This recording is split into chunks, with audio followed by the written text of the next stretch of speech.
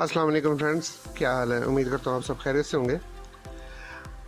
आज हम एक नए फ्री टूल के बारे में बात करेंगे जो कि पिछले दिनों एक अपडेट आई थी यूएमटी की और एएमटी टीम की तरफ से कि ओप्पो A3s और A5 जो एक सीपीयू था जिसको हम कहते हैं SDM 450, उसका लोडर जो है वो यानी कि रिलीज़ नहीं किया गया था, जिसकी वजह से उसके जितने भी तमाम सेट थे वो ना फैक्ट्री रीसेट रखते थे ना उनको FRP उनका लॉक खुल सकता था। तो पिछले दिनों UMT का QC फायर है उसके थ्रू उसकी अपडेट आई, जो कि आपको पता है UMT जो है वो फ्री टूल नहीं है, ठीक है। इसके साथ साथ AMT क्रेडिट बेस पे आया था, वो भी फ्री टूल नहीं है। तो आज लेके आया हूँ SDM 450 का यानी टूल लेके आया हूँ, जिसके ज़रिए जो उसके सपोर्टेड फंक्शंस जो हैं वो ये हैं कि इसमें लॉक FRP वगैरह, ठीक है, वो हो जाता है। इसमें फ्लैशिंग हो सकती है, फैक्ट्री रीसेट हो सकता है इस टूल से। अरेज FRP इसके जो की फ़ीचर्स हैं वो ये हैं कि आप गूगल अकाउंट वगैरह जो है वो रिमूव कर सकते हैं, ठीक है। इसके अलावा हमें इस चीज़ में किसी चीज़ की कोई ISP लगाने की ज़रूरत नहीं है, टेस्ट पॉइंट लगाने की ज़रूरत नहीं है, और कुछ भी यानी कि सर्वर की ऑथेंटिकेशन यानी हम सर्वर ऑथ जिसको बोलते हैं वो भी लेने की ज़रूरत नहीं है, ठीक है। तो ये सारा कुछ ये एक ही टूल में आपको फ्री में मिल जाएगा।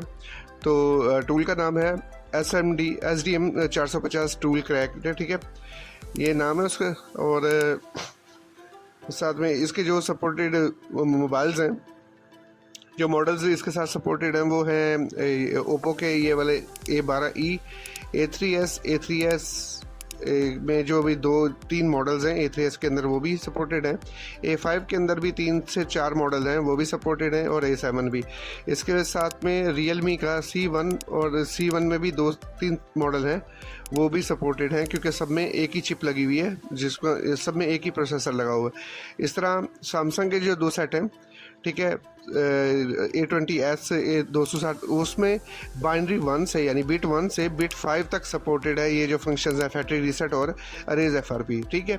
और A20s 207F एक जो हमने जिसकी बात कर ली, एक 207M है जो बाइनरी बिट 4, ठीक है, बिट 4 सपोर्टेड है, ठीक है, A20s पे। और इसके अलावा Redmi 7, ठीक है, और Y3, और यानी कि Redmi 7 सपोर्टेड है और Redmi Note 7, ये दोनों सपोर्टेड हैं। वो मेंशन नहीं किया हुआ लेकिन वो भी सपोर्टेड है। अच्छा, ये इसके लिंक्स हैं जो कि मैं डिस्क्रिप्शन में दे दूंगा।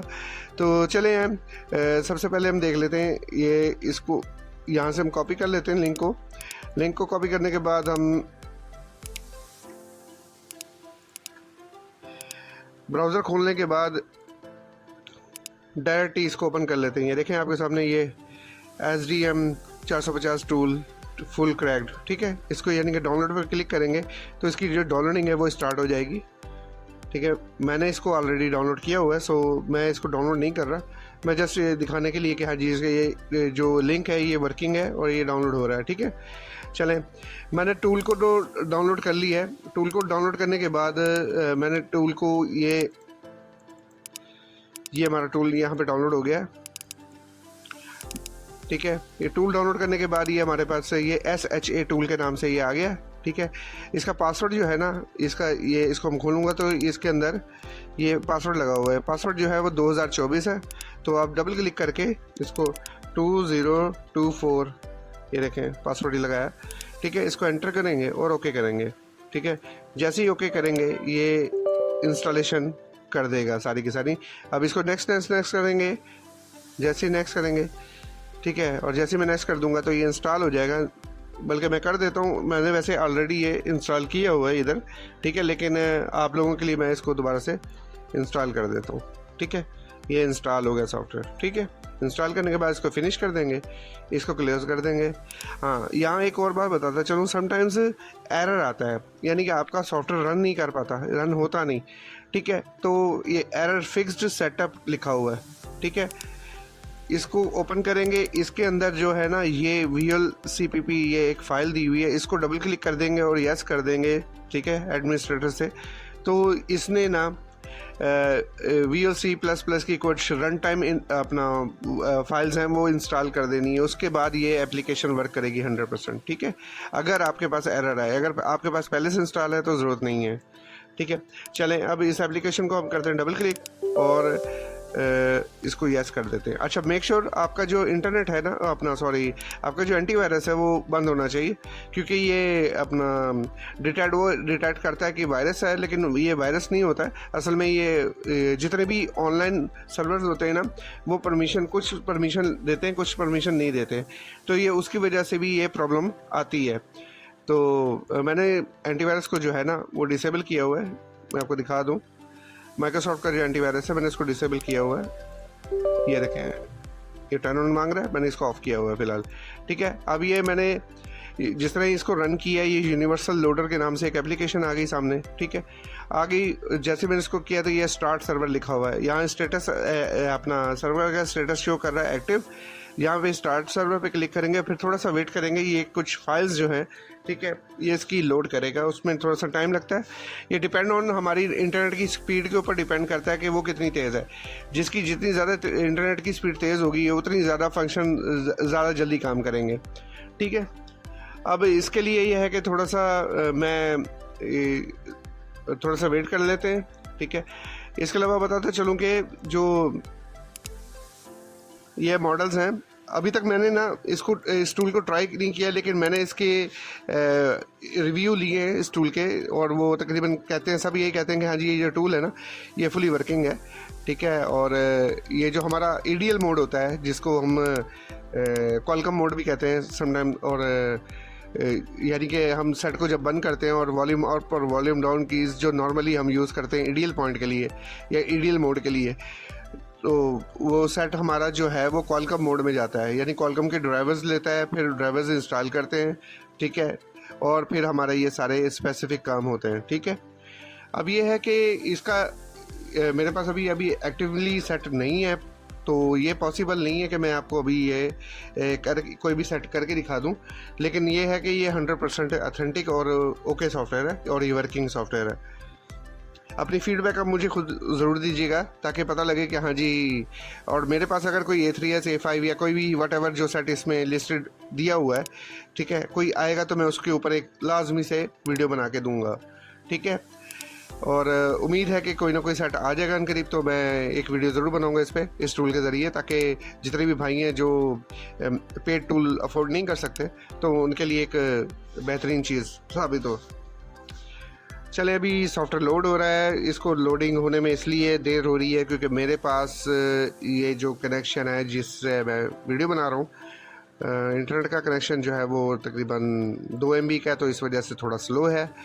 वैसे जो दूसरा कनेक्शन मेरे पास वो है 32 MB का, लेकिन वो अभी मैं वहाँ पे बैठा नहीं हुआ, तो इस वजह से इसके लिए माजरत, क्योंकि लोडिंग में थोड़ा सा टाइम इस वजह से ले रहा है। चलें, अच्छा, EDL में ये है, आपको बताता चलूँ, कॉलकम में ये है, कुछ वॉल्यूम अप और वॉल्यूम डाउन कीज़ दबाने से, प्रेस करने से कुछ सेट बूट करते हैं, EDL मोड में जाते हैं, यानी कि कॉलकम मोड में जाते हैं, और कुछ नहीं जाते, और कुछ जो नहीं जाते उनके लिए टेस्ट पॉइंट रिक्वायर्ड होता है। ठीक है, तो वो टेस्ट पॉइंट के लिए हमें इसकी बैक साइड सेट की खोलनी पड़ती है। वो हमारे बोर्ड के इनर जो बोर्ड होता है उसके ऊपर उसका टेस्ट पॉइंट होता है, उसको कनेक्ट करते हैं ग्राउंड के साथ और फिर ये सेट जाता है। चलें, ये लोडिंग तो हो गई है। ठीक है, अब ये स्टार्ट हो रहा है सेट सॉफ्टवेयर। चलें, ये सॉफ्टवेयर स्टार्ट हो गया। अब ये देखें, ये ना ये सिक्योरिटी की मांग रहा है, देख रहे हैं, तो ये, और यहाँ पे इसने मैसेज दे दिया कि हाँ जी, अब करना कुछ नहीं है। अगर इस तरह से कोई इशू आता है ना आपके पास, तो आपने कुछ नहीं करना, आपने जस्ट इसको क्लोज करना है और इसको भी क्लोज करना है। ये फर्स्ट टाइम रन किया था, इस वजह से ये प्रॉब्लम आया। ठीक है, अब सिक्योरिटी की या जो भी कुछ है इसने खुद से क्रैक कर लेना। अब एक दफ़ा से फिर इसको हम स्टार्ट कर लेते हैं। ठीक है, स्टार्ट करने के बाद अब हमें दोबारा से उतना ही वेट करना पड़ेगा थोड़ा सा, ये क्योंकि फर्स्ट टाइम हमने किया था इस वजह से थोड़ा सा टाइम लगा। अभी मैं इस वीडियो को पॉज कर देता हूँ। वीडियो को पॉज करने के बाद हम डायरेक्टली सॉफ्टवेयर जैसे ही रन होगा तो फिर वहाँ पे उस टाइम में इसको दोबारा से लेके आ जाऊँगा। मैं फास्ट फॉरवर्ड कर रहा हूँ इसको।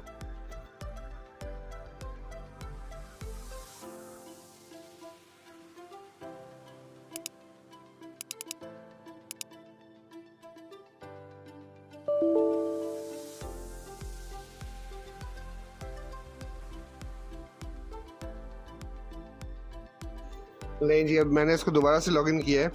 अब देखें वो जो सिक्योरिटी की मांग रहा था, हार्डवेयर आईडी तो आ गया, लेकिन सिक्योरिटी को अब नहीं मांग रहा। ठीक है, तो एक दफ़ा क्या करना है, आपने एक दफ़ा बंद करके आपने दोबारा से चलाना है। चला, अब मैं लॉगिन पे क्लिक कर रहा हूँ। जैसे मैं लॉगिन पे क्लिक करूँगा ये टूल जो है ना ये ओपन हो जाएगा। ठीक है, ये आपके सामने शो हो रहा है। ठीक है, अब क्या करना है, आपके सामने ये इंटरफेस में आपको सारा इंटरफेस की थोड़ी डिटेल दे देता हूँ, बाकी इंशाल्लाह आप खुद से करेंगे। ये जब हम सेट को कनेक्ट करेंगे ना EDL मोड में, यानी कि A3 से मिसाल के तौर पे हम सेट को बंद करते हैं, उसका वॉल्यूम अप और वॉल्यूम डाउन की इसको प्रेस करते हैं। ठीक है, और फिर USB केबल जैसे इंसर्ट करते हैं, वो सेट वो सेट जब कनेक्ट करेंगे तो वो EDL मोड में जाएगा। ठीक है, जिसको हम कॉलकम मोड भी कहते हैं, वो उसकी जो कॉम पोर्ट बनेगी वो यहाँ शो होगी।